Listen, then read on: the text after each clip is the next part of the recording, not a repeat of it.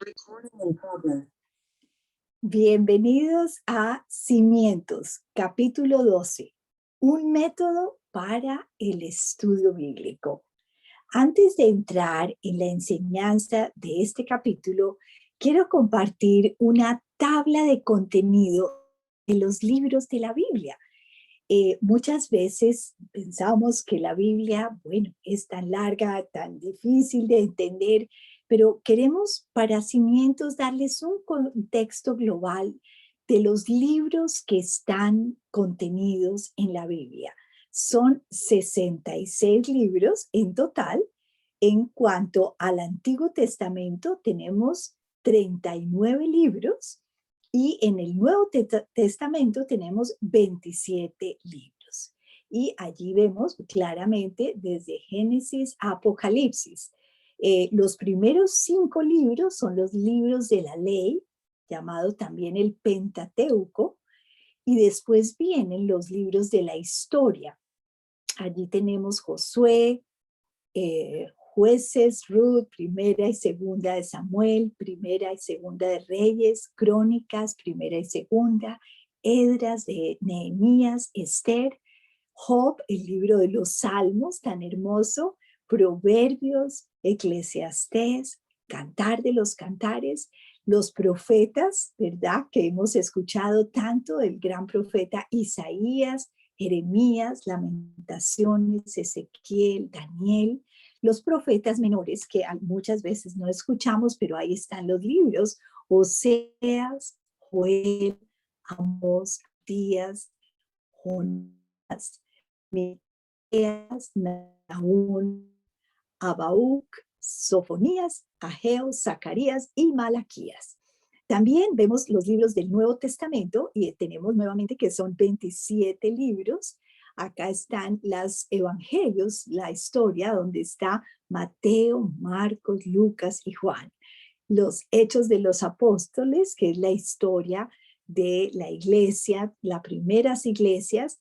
Después están todas las epístolas hermosas de Pablo que son escritas nuevamente por Pablo a estas primeras iglesias, a los romanos, a los de Corinto, a los de Galicia, a los de Éfesos, a los de Colosa, a los de Tesalónica y a primera y segunda de Timoteo, que es su discípulo amado, ¿verdad? De Pablo, que estuvo tan cerca. Allí a Pablo le escribe 2 cartas. Tito, Filemón, Hebreos, Santiago, primera y segunda de Pedro, el libro de primera de Juan, segunda de Juan, tercera de Juan y Apocalipsis, que es el libro de profecía. Esta es la hermosa Biblia, un solo libro dividido en 2 partes y que contiene 66 libros escritos durante más de 1600 años por más de 40 autores. Entonces hay mucho que aprender, esto es muy global y hoy nos vamos a enfocar en el estudio, cómo hacer un estudio bíblico de un pasaje, cualquier pasaje que encontremos. Básicamente, vamos a encontrar que en este método que vamos a enseñar hoy en Cimientos, hay un proceso de 4 partes importantes. Una es la preparación, lo que debemos tener, cómo debemos estar listos frente a este pasaje bíblico, preparar nuestro corazón. Vamos a ahondar ahí un poquito más. La segunda parte es la observación. ¿Qué dice el pasaje bíblico? ¿Qué es lo que observamos? Interpretación. ¿Qué quiere decir el pasaje bíblico? ¿Qué quiso decir para esas primeras audiencias y qué dice para nosotros? La aplicación, ¿cómo se aplica este pasaje bíblico a mi vida? Entonces, es un proceso que podemos utilizar en cualquier pasaje bíblico, esos 66 libros, si escogemos un pasaje, un capítulo completo o unos versículos, podríamos aplicar a esos pasajes bíblicos este estudio bíblico, este método de estudio bíblico. Vamos a desarrollarlo poco a poco para irlo entendiendo mejor. El primer punto de esos 4, preparación. Dice Cimientos que al comenzar tu tiempo en el estudio de la Biblia, debemos pedirle a Dios su ayuda en una oración similar a esta. Señor, al comenzar a estudiar tu palabra, abre mi corazón para que se someta a tu voluntad. Ayúdame a aplicar apropiadamente tu sabiduría en mi vida. Tenemos que preparar nuestra mente y nuestro corazón para hacer ese estudio bíblico. La lectura de la Biblia no es igual a la lectura de cualquier libro, como hablábamos en la sesión pasada de, podría ser 100 años de soledad de García Márquez.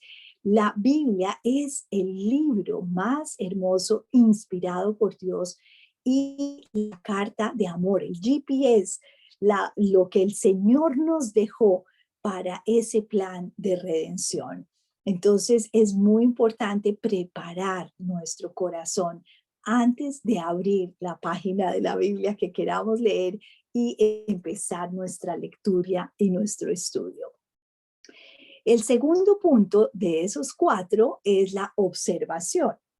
Y hemos hablado en anterioridad, pero en esta etapa de observación uno busca lo que es obvio, lo primero. No nos preocupamos todavía de interpretar lo que dice el pasaje. Hay que leer por lo menos 2 veces con la idea de ir contestando a las preguntas periodísticas que ya vimos en otra sesión y las vamos a repasar aquí. ¿Quién está en el pasaje?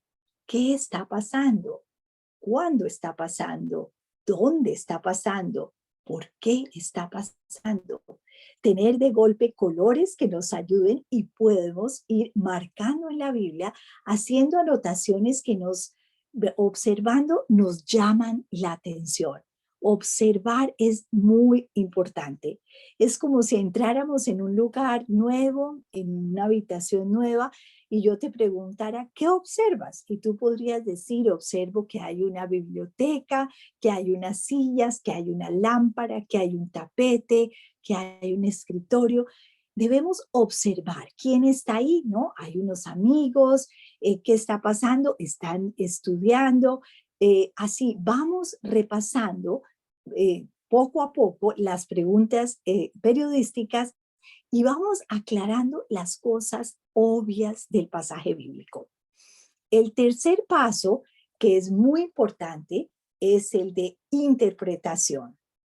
Esa interpretación debemos hacer esta pregunta. ¿Qué quiere decir el pasaje bíblico? Para poder entender el sentido del pasaje, tenemos que averiguar lo que el autor quería que sus lectores originales entendieran. Y esto es fundamental, porque si captamos, y muy importante la atención en la interpretación diciendo qué fue lo que el autor original les quiso decir originalmente, esa es la primera pregunta. Y después podremos aplicarlo a nosotras aquí en el tiempo presente. También en la etapa de interpretación vamos a ver 3 cosas importantes. El contenido, saber lo que hay en el pasaje. Ya habrás logrado mucho hacia el entendimiento del pasaje si inviertes observando nuevamente el contenido del mismo. La clave de una interpretación es una buena observación. Mientras más sabes sobre el contenido de lo que dice el pasaje, más precisa será tu interpretación. Entonces, una vez que hemos hecho toda esa observación con esas preguntas periodísticas, vamos a poder decir en unas cortas palabras cuál es el contenido, qué es lo que dice el pasaje bíblico en un párrafo corto. Otro texto, aprender lo que hay alrededor del pasaje. ¿Qué hay antes y después del pasaje? ¿Qué estás estudiando? Estar al tanto y saber el contexto resuelve mucho de los problemas de interpretaciones. No podemos sacar solamente 2 versículos del contexto. Tenemos que ver, sí, si estamos en el Nuevo Testamento, cuándo estaba hablando Jesús, en dónde estaba, cuál era el contexto en el que él estaba, qué había pasado antes de esa historia, qué pasó después. Entonces vamos a entender más de lo que nos decía Jesús. Ahora, la parte de la comparación es muy importante también y vamos aprendiendo cada vez que pasan el tiempo y los años más a utilizar estas herramientas. La comparación es aprender de otros pasajes bíblicos relevantes. ¿Qué quiere decir? La Biblia misma es tu mejor comentario. Hay Biblias de estudio que tienen en los márgenes otros versículos relacionados con el pasaje bíblico que estás estudiando. También un diccionario de concordancia puede ayudarte a encontrar temas relacionados. Es decir, vamos a hacer un ejercicio ahora más adelante que ese mismo pasaje bíblico que estamos leyendo muchas veces tiene en otra parte de la Biblia hablan del mismo tema relacionado, entonces vamos a comparar esos dos pasajes y vamos a ver, wow, por eso la Biblia tiene una veracidad, porque es una historia, no se contradice. Por supuesto, punto muy importante en este proceso de estudio bíblico es la aplicación. Debemos buscar en el pasaje bíblico si hay pecados a abandonar, si hay promesas que reclamar, si hay ejemplos a seguir o mandatos para obedecer. En el estudio bíblico debemos encontrar la idea principal de reflexión para ese día. Entonces, con estos 4 puntos tan importantes, ¿verdad? Vamos a poder tener unas herramientas muy claras, muy fáciles, cada vez que nos acerquemos a leer la palabra de Dios. Entonces, vamos a hacer un ensayo con este pasaje bíblico de Lucas 5, 17 al 26. Un día, mientras enseñaba, estaban sentados allí algunos fariseos y maestros de la ley que habían venido de todas las aldeas de Galilea y Judea y también de Jerusalén. Y el poder del Señor estaba con él para sanar a los enfermos. Entonces llegaron unos hombres que llevaban en una camilla a un paralítico. Procuraron entrar para ponerlo delante de Jesús, pero no pudieron a causa de la multitud. Así que subieron a la azotea y separaron las tejas, lo bajaron en la camilla hasta ponerlo en medio de la gente frente a Jesús. Al ver la fe de ellos, Jesús dijo: amigo, tus pecados quedan perdonados. Los fariseos y los maestros de la ley comenzaron a pensar: ¿quién es este que dice blasfemias? ¿Quién puede perdonar pecados sino solo Dios? Pero Jesús supo lo que estaban pensando y les dijo: ¿por qué razonan así? ¿Qué es más fácil decir, tus pecados quedan perdonados, o levántate y anda? Pues para que sepan que el Hijo del Hombre tiene autoridad en la tierra para perdonar pecados, se dirigió entonces al paralítico: a ti te digo, levántate, toma tu camilla y vete a tu casa. Al instante se levantó a la vista de todos, tomó la camilla en que había estado acostado y se fue y se levantó a la vista de todos, tomó la camilla en que había estado acostado y se fue a su casa alabando a Dios. Todos quedaron asombrados y ellos también alababan a Dios. Estaban llenos de temor y decían: hoy hemos visto maravillas. Lucas 5, 17 al 26. Vamos a leerlo de nuevo, una vez más, para ponerlo más en nuestro corazón. Cuando estudiamos un pasaje bíblico hay que leerlo por lo menos 2 veces. Un día, mientras enseñaba, estaban sentados allí algunos fariseos y maestros de la ley que habían venido de todas las aldeas de Galilea y Judea, también de Jerusalén. Y el poder del Señor estaba con él para sanar a los enfermos. Entonces llegaron unos hombres que llevaban en una camilla a un paralítico. Procuraron entrar para ponerlo delante de Jesús, pero no pudieron a causa de la multitud. Así que subieron a la azotea y separaron las tejas, lo bajaron en la camilla hasta ponerlo en medio de la gente frente a Jesús. Al ver la fe de ellos, Jesús dijo: amigo, tus pecados quedan perdonados. Los fariseos y los maestros de la ley comenzaron a pensar: ¿quién es este que dice blasfemias? ¿Quién puede perdonar pecados sino solo Dios? Pero Jesús supo lo que dicen, lo que estaban pensando y les dijo: ¿por qué razonan así? ¿Qué es más fácil decir, tus pecados quedan perdonados, o levántate y anda? Pues para que sepan que el Hijo del Hombre tiene autoridad en la tierra para perdonar pecados, se dirigió entonces al paralítico. A ti te digo, levántate, toma tu camilla y vete a tu casa. Al instante se levantó a la vista de todos, tomó la camilla en que había estado acostado y se fue a su casa alabando a Dios. Todos quedaron asombrados y ellos mismos también alababan a Dios. Estaban llenos de temor y decían: hoy hemos visto maravillas.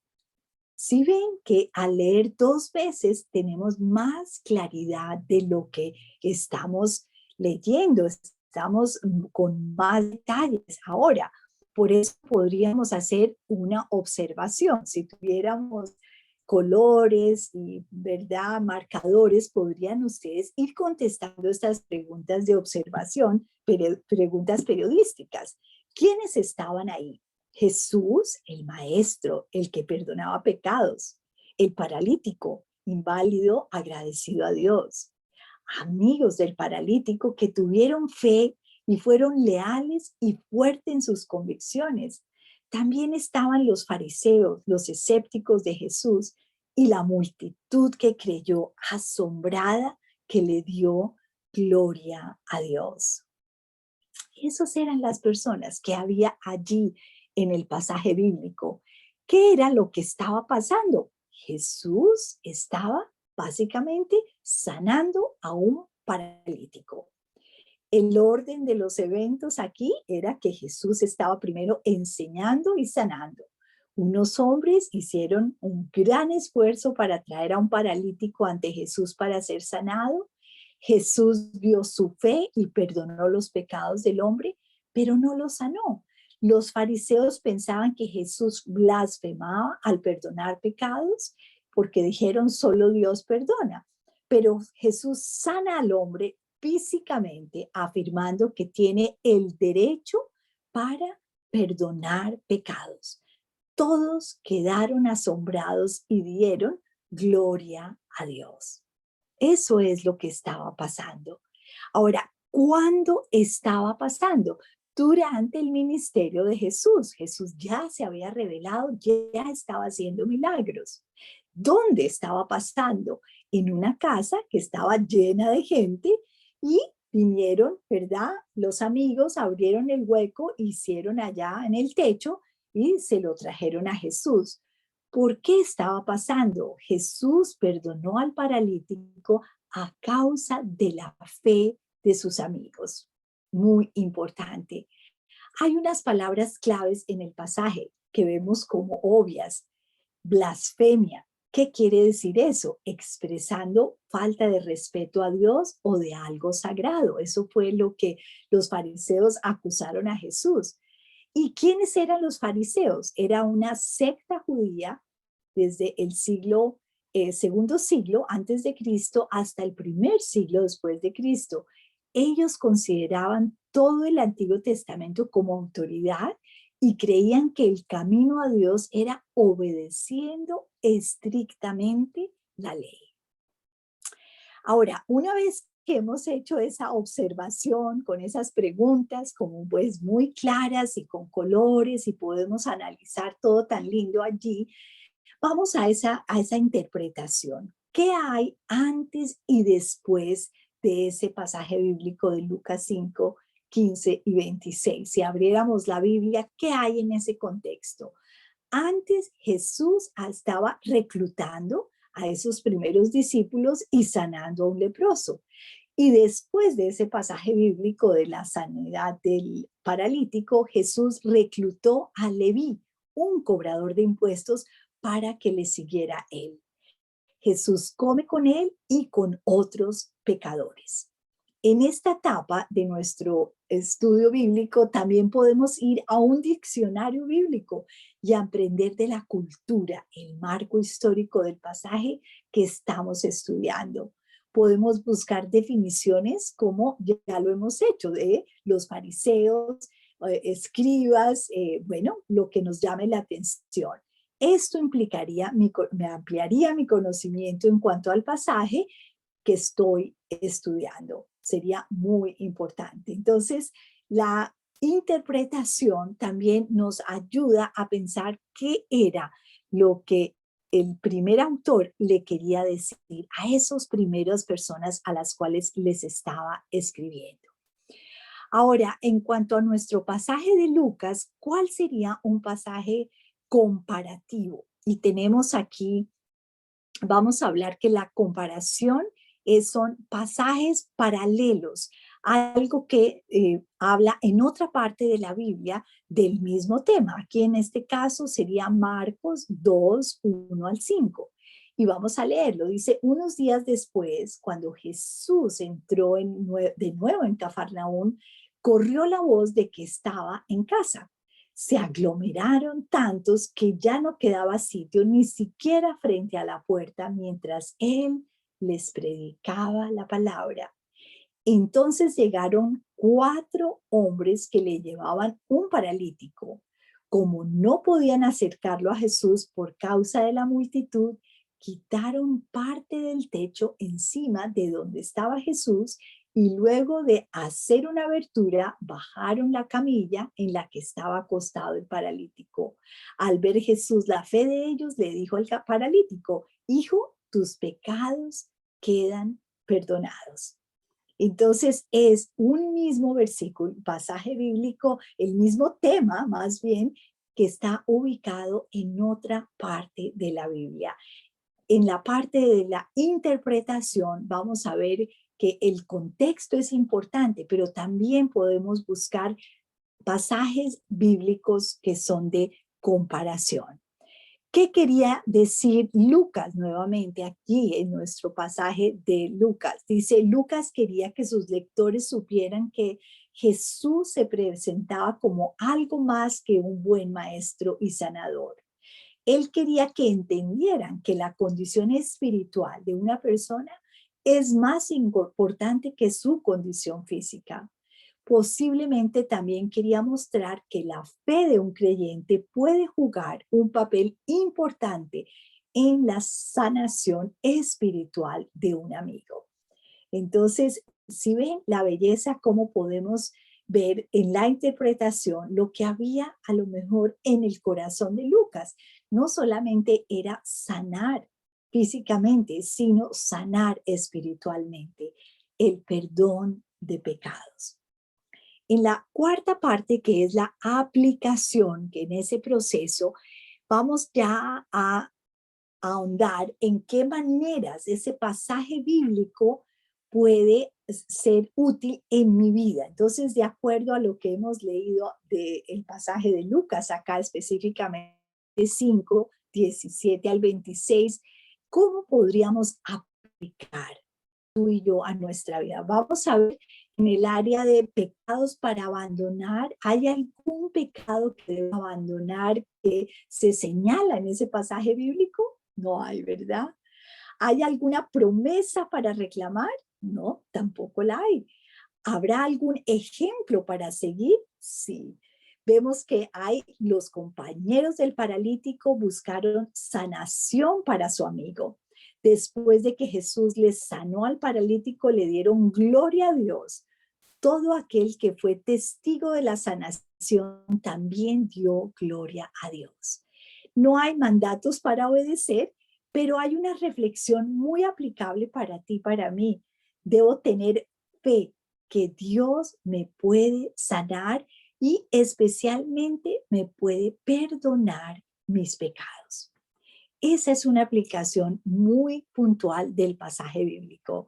Ahora, ¿qué repaso y aplicación podríamos ver aquí? Y como estamos hablando de estudiar la palabra de Dios, no solamente leerla, podríamos tener una reflexión de cuánto tiempo realísticamente piensas dedicar diariamente a la lectura y el estudio de la Biblia. ¿Qué puedes hacer para incorporar el estudio bíblico a tu rutina diaria? Cada realidad es diferente, pero ¿cuánto tiempo? Podría decir 15 minutos al día, podría hacerlo en la mañana. Parece que es muy largo lo que yo les estoy enseñando, pero vamos a aprenderlo, a hacerlo tan fácil que es como cuando al principio empezamos a montar en bicicleta, nos caíamos y todo, pero después ya lo cogíamos y ni pensábamos, vamos a aprender a hacerlo, ¿verdad? Observación, interpretación, aplicación, un método muy básico. El tema principal de la Biblia es la restauración de la relación rota entre Dios y el hombre. Pensando en esto, ¿cómo sería afectada tu perspectiva en cuanto a los que no tienen esta relación con Dios? Y esta es una pregunta de reflexión en el final de esta lección, porque hay una nota importante. Las enseñanzas que ya estás recibiendo de la Biblia tienen un doble propósito. Primero es la intención de ser aplicadas a nuestra relación personal con Dios, pero no debe culminar allí.